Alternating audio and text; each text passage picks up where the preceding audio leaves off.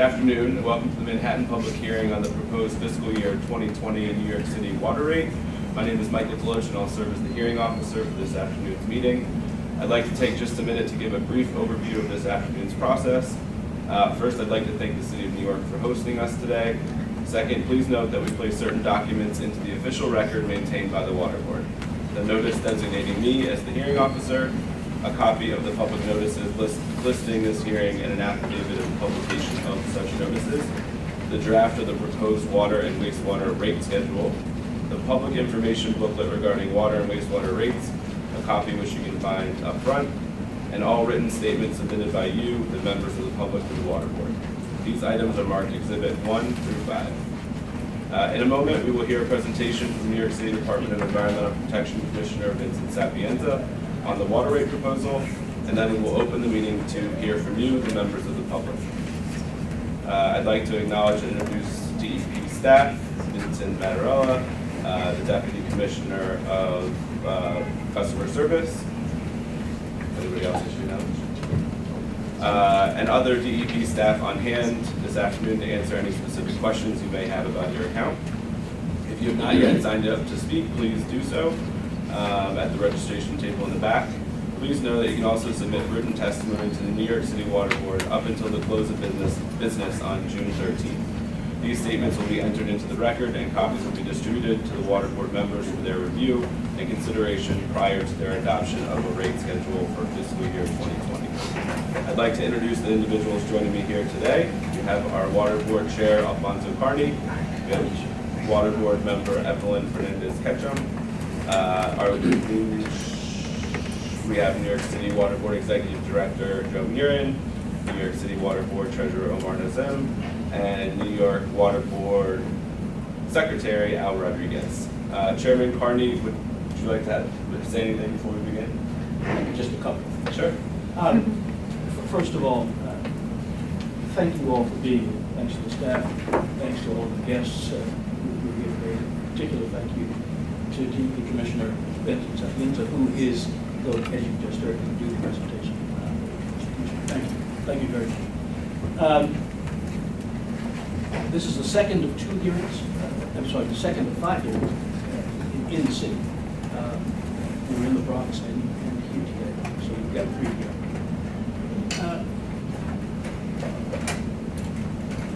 The board has actually seen this presentation. It's important that people understand, however, that we've had no deliberations about it. We've not talked about the presentation. We've not talked about conclusions reached in the presentation. No conversations until after we've had all 5 hearings. So just for the record and for our guests, it's important.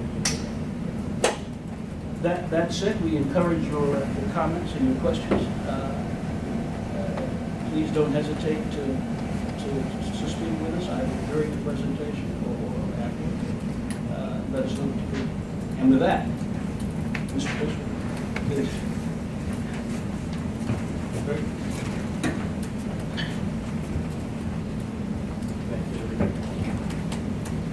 Good afternoon, members of the public. Jim Carney, member Fernandez-Ketchum, and to the board staff.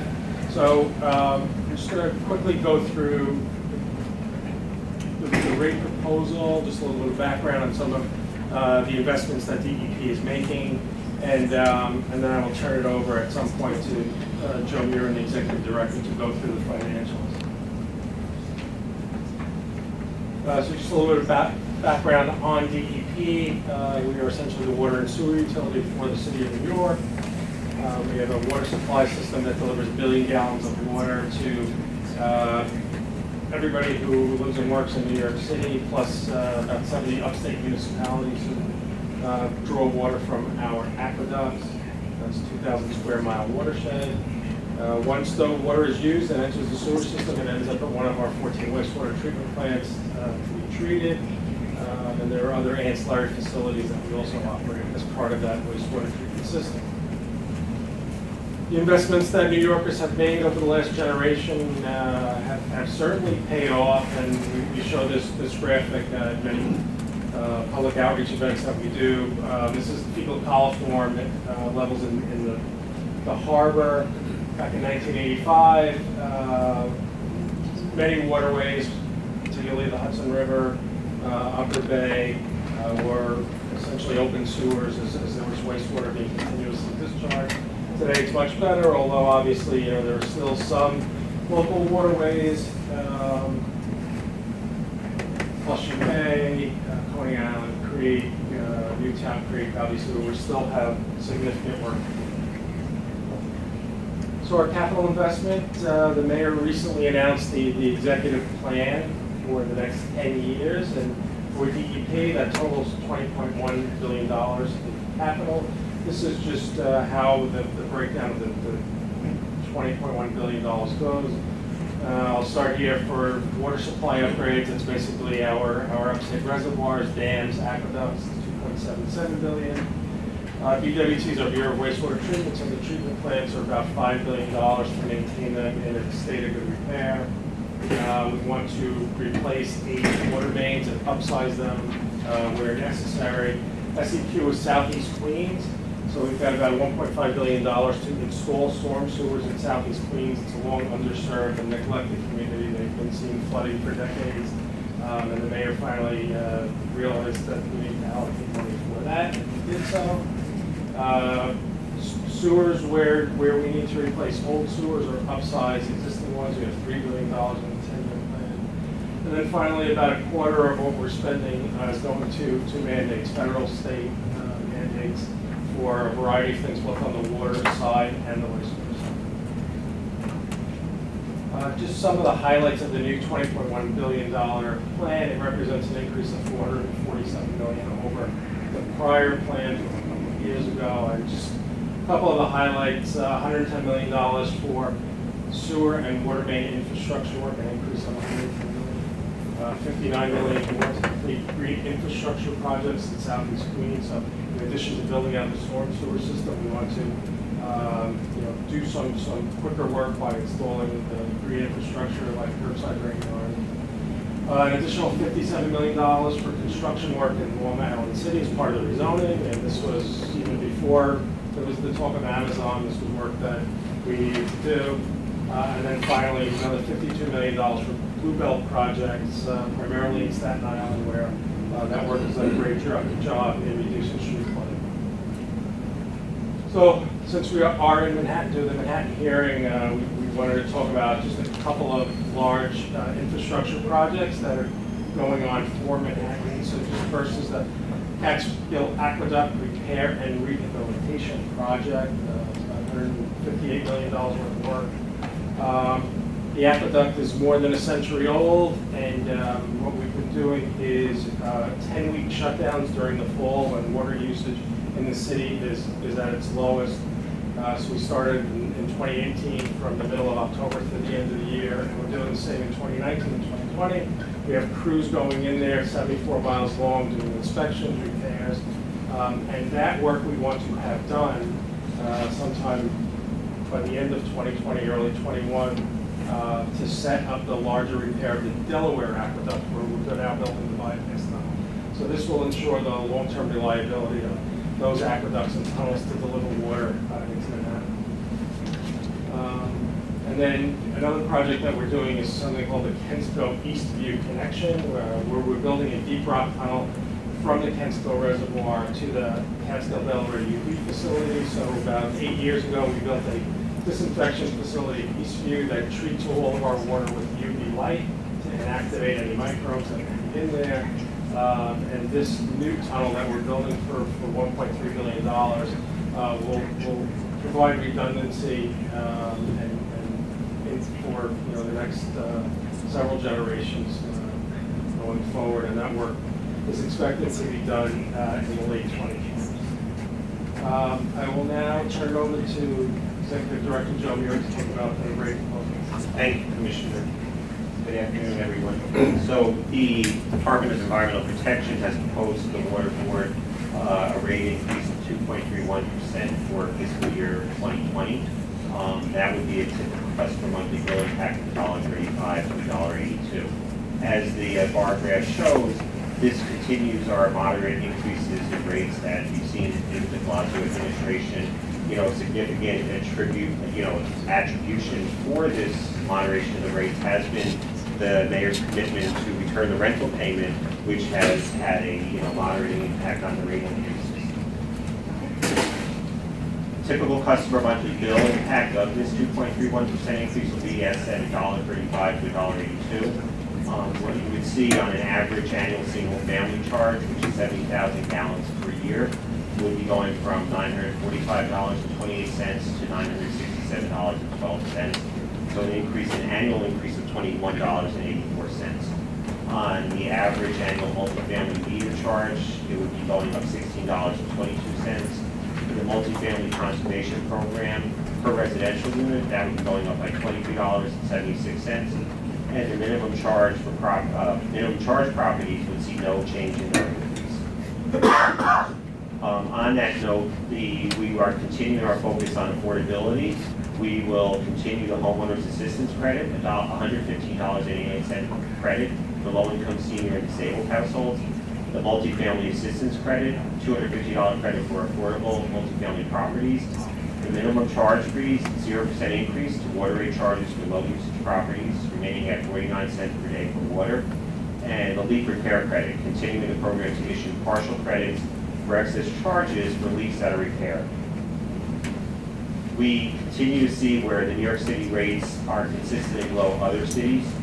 For 2019, we, as New York City, will be at $1,055 per year on the single-family home. That would be on the 80,000 gallons per year, which is 12% below most of the 30 large city average. We changed the base that we're now looking on because we continue to see impacts of conservation efforts. So we're now using a 70,000 gallons per year, and that rate, would come from $945, which compares to, on the same basis, $1,119. So 15.5% below other cities. Policy update: the minimum charge fees. As already stated, minimum charge for water is frozen at will be proposed to be frozen at 49 cents for the 6th consecutive year. This applies to customers with low water consumption. The usage threshold is less than 92 gallons per day. Bills are calculated using a fixed water rate. Meter rates are not used. Fixed water rate, 49 cents per day. When adding in sewer rate, that's $1.27 per day, for a total annual water and sewer bill of $463. Another policy update: disqualification due to DEP violations. Accounts relating to properties with open DEP violations will not be eligible to participate in certain water board billing programs, including obtaining innocent purchase status and receiving credit under the leak forgiveness program. Another policy update is drilling and excavation. The department is expected to adopt a rule requiring permits to be obtained when drilling or excavating in certain areas of New York City when the activity is in close proximity to DEP and water board tunnels and shafts. Rules being promulgated pursuant to Section 1403A of the City Charter and the City Administrative Code. This rule was adopted by TVA and is in effect. The water board is being asked to approve the authority and dollar amounts for a permit fee itself to make the fee part of the water board's revenue. The water board will collect a proposed permit fee of $1,000. Permits required when proposed drilling or excavating activity is to a depth greater than 50 feet below ground surface in the borough of the Bronx, or on the north side of 135th Street in the borough of Manhattan, or greater than 100 feet in the borough of Brooklyn, Queens, or Staten Island, or south of 135th Street in the borough of Manhattan, or to any depth within 200 feet horizontal distance of water shaft tunnels. To give an overview of the preliminary financial outlook, this shows where for fiscal year 2019, which we're coming to close on, is estimated that the system will have expenditures of $3.757 billion, with those projected to be for fiscal year 20 at $3.820 billion. The largest component of those charges is for water authority funds for debt service, plus funds for cash capital investments and the fees to existing debt. Those are projected to go slightly down from $2.197 billion to $2.164 billion. This can be attributed to the continued efforts of the Water Finance Authority, with debt service management and, the continued low interest rates that we're seeing in the market. The DEP operations and maintenance expense, those are projected to go from $1.459 billion to $1.551 billion. This is for the operations and engineering and customer service system. Most of these expenses increases are attributable to collective bargaining settlements, to contractual increases such as maintenance and other operating expenses, then some other increases such as for fuel and heat, light, and power. Water Board and Water Authority direct expenses are going from 101 to 105 million, and these are significantly, static for the year. So again, proposed rate increase of 2.31% for fiscal year 2020. We have 3 more borough hearings to go. Queens on June 5th, John F. Kennedy Junior High School in 57-1294th Street, 7 p.m. Brooklyn, June 10th, St. Francis College, 180 Greenwich Street. Staten Island, June 11th, Joan and Alan Pernico Jewish Community Center at 1466 Manor Road. With that being said, I'll turn it back over to the hearing officer. Great, thanks, Joe. We're now going to open the floor to comments from the public. Again, if you wish to speak and have not signed up yet, please do so now. We ask that you keep your remarks to no more than 5 minutes, as we want to make sure that everyone who wishes to speak has an opportunity. I think we'll be a little bit more flexible today about that. I'd like to call our first speaker, Guido Signorilli, the Director of Communications at the Rent Stabilization Association.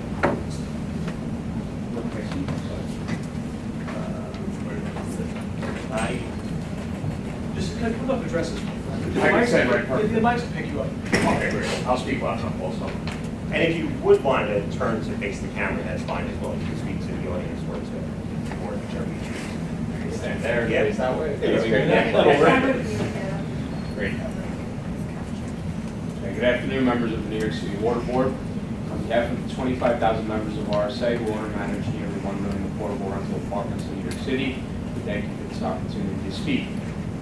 According to DEP, during the FY 2018 rate setting schedule, the system is in strong financial condition.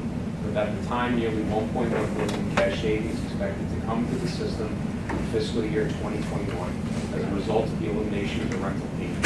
Despite this, rental property owners were hit with a 2.36 rate increase last year and face yet another rate increase of 2.31% for fiscal year 2020. It was acknowledged by then public advocate Bill de Blasio in 2013 that should the rental payment, a so-called hidden tax, be eliminated, there would never be the need for another water rate increase. Given this failed campaign promise, coupled with the surplus in savings that DEP acknowledged during the fiscal year 2018 rate setting process, there is no justifiable reason for any rate increases for at least another year through fiscal year 2021. Despite these notions, DEP has once again proposed this year's rate increase as a result of the need to secure funding for ongoing need to invest in system assets and satisfy system objective of moderating future rate increases. DEP further touted what they believe is a low rate increase by stating that it is an ongoing benefit from the mayor's elimination of the rental payment. In reality, this is the furthest thing from a benefit because the elimination of the rental payment should not in any way result in a rate increase, no matter how minimal it is, even after FY 2021. Despite another so-called lower than average increase in the last 15 years, any rate increase proposal cannot be tolerated considering the surplus in funds that the system has. RSA urges this board today to disregard the proposal from DEP and consider the burden that additional water rate increases will have on the city's rent-stabilized property owners. Just to paint a picture of how severe another rate increase will be on rental property owners, water rates have increased nearly 15%, despite 2 years of no rate increases since Mayor de Blasio took office. During that same time, property taxes for these buildings have increased 37.1%, while the City Rent Guidelines Board has placed a stranglehold on rent-stabilized building owners, increasing rents by an abysmal 3.75%. If this continues, it is difficult to imagine that affordable housing providers, particularly the mom and pop owners of the city's oldest housing stock, will be able to keep up with their building maintenance. We encourage the board to, at a minimum, consider no less than another rate freeze for fiscal year 2020. The strong financial state that the system is in as a result of the elimination of the rental payment has put this board in a position to do so. With all building operating expenses on the rise and impending changes to the state rent laws that will inevitably hurt the owner's bottom line, It is imperative that this board strongly consider this recommendation. Furthermore, RSA strongly objects to the proposed backflow prevention plan in the DUP. Whether it's water rates, property taxes, fuel costs, or new city mandates, owner costs are on the rise every single year with little to no compensation from the RGB under this administration. DEP already requires property owners to maintain, inspect, and test all approved backflow prevention devices installed in their buildings. By imposing a fee onto owners from DEP to review a backflow prevention plan, for every service connection, owners are burdened with additional building operating expenses. After nearly 20 years of consistent rate increases under both the Bloomberg and de Blasio administrations, it is welcome and necessary that this board consider another rate freeze that will ease the burden not only for Class 2 rental property owners, but all water ratepayers throughout the city. On behalf of the members of RSA, consideration. Mr. Signorelli, thank you for your comments. Thank you very much. Our next speaker is Robert Cooney here yet? Our next speaker here says Larry Levine. Is it Larry Levine? Larry. Yeah, sorry, I thought so. Larry Levine from NRDC.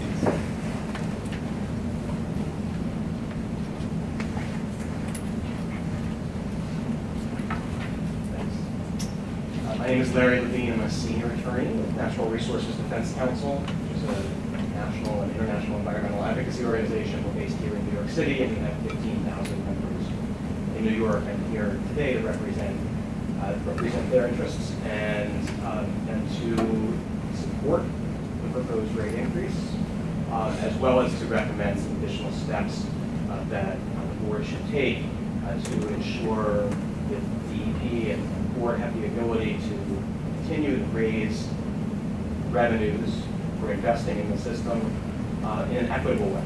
And we know that those revenues are going to increase. There is going to be water rates, water rate increases as we look down the road. And it's critical that those revenues be generated in an equitable way. First, we support the modest 2.3% increase and the mayor's continued waiver of the rental payment. And we urge the board to take whatever steps are appropriate to permanently eliminate the rental payment. There are some legal niceties involved in that, to say the least. But it's something that should certainly outlive this mayor, and we urge the board to take whatever steps they can to make that happen. Just remind the board, as you all are well aware, these investments are that paid for by rate revenues are critical for protecting water quality in New York City, both drinking water and our surface waters that serve as an incredible resource to people of the city who live on islands, even though they don't even realize it. The key issue here in terms of equity rates is really about the underlying rate structure. There is, as many of you may know, DEP about a decade ago now did a rate study. We're now consultant looking at several options for restructuring rates without some best practices that are used elsewhere. That was done in 2009 and presented to the Water Board. Since that time, DEP has not acted on it to propose any of those structural changes. DEP had an RFP out, or they closed on late last year for a consultant to do another study. The RFP called for that to be a 3-year process. The contract has not even yet been awarded after it was closed at the end of last year.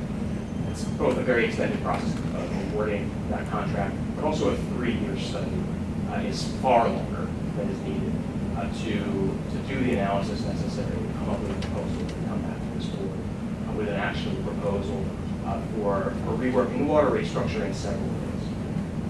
The first is a stormwater fee.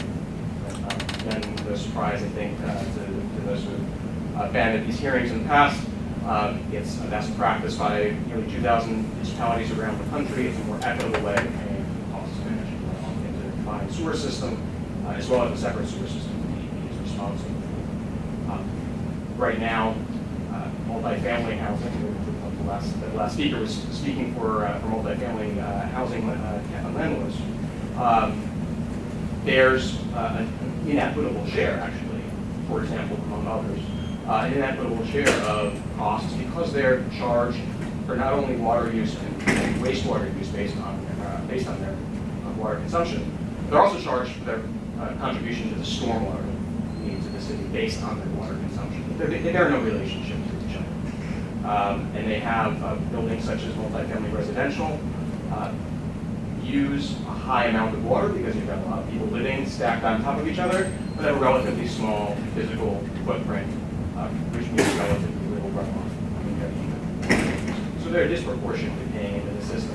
Well, on the other end of the spectrum, we've got properties like big box stores, or large industrial or commercial properties that have a lot of impervious area that don't have people living on them and have relatively low water use systems.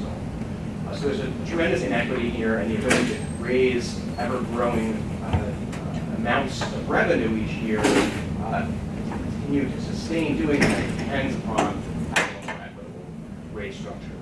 Very soon, NRDC and Riverkeeper are going to release the results of a study and an online interactive tool that we developed with a consultant. It illustrates what this could look like, what some of those changes in cost allocations, who would be paying more, who would be paying less, and to what degree under certain scenarios, what a stormwater fee could look like. And I want to emphasize that a stormwater fee can look like a number of different things. As with other aspects of rate design, there are a lot of rate design issues that go into a stormwater fee. And those are questions that need to be studied, but that need to be vetted publicly as well. And what our study is going to show is there are ways to do it that can come out with an answer that does meet, I think, some of those critical needs and concerns that elected officials and others have raised about a stormwater fee. It is possible to have a stormwater fee that both reduces the burden on affordable multifamily housing and avoids raising rates on 1, 2, and 3 family homeowners. These are the sorts of things that we're aiming to illustrate and share with the board as soon as that study and that interactive tool is complete. When do you expect that to happen? We're working on finalizing it right now with the consultant. Very hopeful we may have it even before this process closes and be able to put it in the record. As soon as it's available, we'll absolutely let you know. And I want to, Chairman, thank you for your comments last year on this point when the rates were adopted. I recall that you had expressed an interest in it and a commitment of the board to follow up on it. We would very much look forward to working with you on that. I would love to see the board continuing to put this issue at the forefront. Specifically, an action the board can take now, along with adoption of the rates, would be to adopt a resolution requiring, directing DEP to come back next year with a specific proposal, setting a timeline on the rate study that's faster than the 3 years to put in this RFP, which is unnecessary. A resolution from the board can direct specific things to consider in a rate study, including stormwater fees, also including other elements of the 2009 rate study, such as tiered rates, development charges for new development, and low-income affordability issues were not addressed in 2009, but which merit further consideration to adopt best practices that add to what the city has done to date. So there, yeah, it's definitely being lenient, but I just want to make sure we still respect the general time. Sure. I'll wrap up with another points, I think. I appreciate the flexibility. So we asked that the board adopt a resolution directing DEP to do those things and directing DEP to have a transparent public process for the Citizens Advisory Committee associated with the conduct of that study. That's something that's essential for the acceptability of whatever DEP comes up with and result in a better product by having input. There's one, I think, quick fix that I would recommend in regard to the low-income programs, the home water assistance program. The eligibility for that is currently based on if you receive NYC assistance, the low-income home energy assistance program, to receive it, or if you receive tax abatement from the city based on the status of a senior citizen of the state homeowner. What that leaves out is people who are eligible for those benefits but do not actually receive them. And that's especially an issue with life. That's life is first come, first served. There are, my understanding is that nationally, and I imagine it's also true locally, the majority of people who are eligible for LIHEAP do not actually receive LIHEAP. And so in order to reach the population that the Water Board has already determined are ought to be receiving this benefit. In order to actually reach them, there needs to be a change there, so that there's an opportunity for individual customers to come in, show that they are eligible based on this criteria, whether or not they receive currently the CPLAC, and get the home water systems program benefit from. Another like 30 seconds or so. One final point on the capital budget that the rate increase is based on.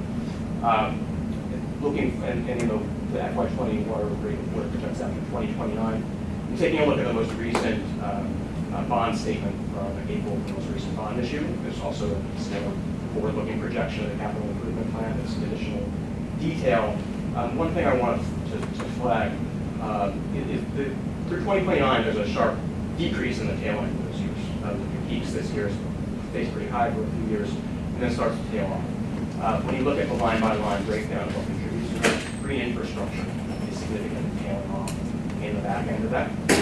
And that's concerning and frankly surprising in that the city has consent order obligations through 2030 to build green infrastructure that's far behind the actually meeting these targets. So I've asked the water board to inquire further of DEP on how those capital spending projections could enable DEP to meet its obligations when it's already so far behind, struggling to catch up to where it should be, and yet planning to tail off investment for the last 6 to 8 years of the program. Thank you. I appreciate it. Thanks very much. Appreciate it. Thank you. Is there anybody else that's looking to speak? Again, you can submit your testimony as well.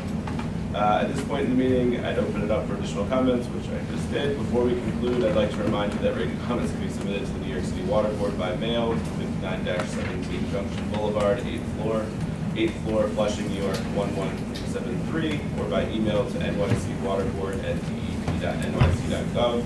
Submit any remarks no later than 5 o'clock on June 13th. Chair, if we have no more further business, we're going to adjourn the hearing. I think we should adjourn the hearing. Thanks.